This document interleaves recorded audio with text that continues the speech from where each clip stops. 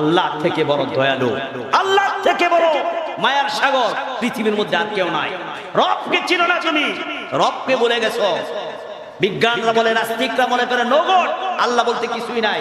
একটু খেয়াল করেন, আল্লাহ বান্দার জন্য কত মাহবুব, বান্দার যত কত দয়ার সাগর, আল্লাহ বান্দার জন্য কত করুণার আধার, আপনি চিন্তা করতে পারবেন। আল্লাহ রাব্বুল আলামিন বলেন, ও বান্দা, যেই কার্বন ডাই অক্সাইড গুলি মানুষ মুখ দিয়ে বের করতেছে, প্রতিটা প্রাণী এরকম বের করে, হাজার হাজার নয় লক্ষ লক্ষ প্রাণী এই পৃথিবীর মধ্যে আছে, মানুষ তো অনেক বেশি। এই কার্বন ডাই অক্সাইড কোথায় যায়? আল্লাহ রাব্বুল আলামিন বলেন, আমার বান্দার যেন কোনো ক্ষতি না হয়ে যায়, আমার বান্দা যেন মরে না যায়, আমার বান্দার যেন কোনো সমস্যা না হয়।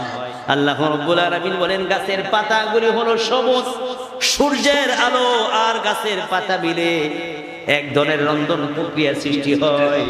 আমার ভাইয়েরা, এই পাতাগুলি কি করে? কার্বন ডাই অক্সাইডকে শুষে নিয়ে এটা অবজার্ভ করে, পরিশুদ্ধ করে, আপনার রিফাইন করে এই যে আপনার কার্বন ডাই অক্সাইড আছে, পাতাগুলি চুষে নিয়ে যায়। তারপরে প্রাণী জগতের জন্য সুন্দর হাওয়া, শীতল হাওয়া, অক্সিজেন, ভালো অক্সিজেন আল্লাহ রাব্বুল আলামিন পাতার সাহায্যে মানুষের জন্য ছেড়ে দেয়। আল্লাহ রাব্বুল আলামিন কোরআনের মধ্যে বলেন, ওয়াল আরদা বা'দা যালিকা দাহাহা আখরাজা মিনহা মাআহা ওয়া মারআহা ওয়াল জিবালা আরসাহা মাতাআন লাকুম ওয়া লিআনআমিকুম। আল্লাহ রাব্বুল আলামিন বলেন, এই গাছগুলি শুধু তোমাদের খাদ্য দেয় না, এই গাছগুলি তোমাদেরকে শীতল হাওয়া দেয়, ভালো অক্সিজেন তোমাদেরকে উপহার দেয়।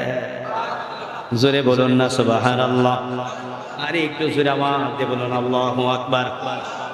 আমার ভাইয়েরা, বিজ্ঞান এখন আবিষ্কার করেছে, অথবা 100 বছর আগে আবিষ্কার করেছে, কিন্তু আমার ভাইয়েরা, যেই যুগে বিজ্ঞান ছিল না, যেই যুগে স্যাটেলাইট ছিল না, যেই যুগে ফেসবুক ছিল না, যেই যুগে এত উন্নত বিশ্ব ছিল না, সেই যুগে বিজ্ঞানের হুবহু সঠিক কথাটা বিশ্ব নবী মুহাম্মদুর রাসূলুল্লাহ বলেন না সাল্লাল্লাহু আলাইহি সাল্লামকে আমার আল্লাহ ওহীর মাধ্যমে তিনি জানিয়ে দিয়েছেন। সুবহানাল্লাহ।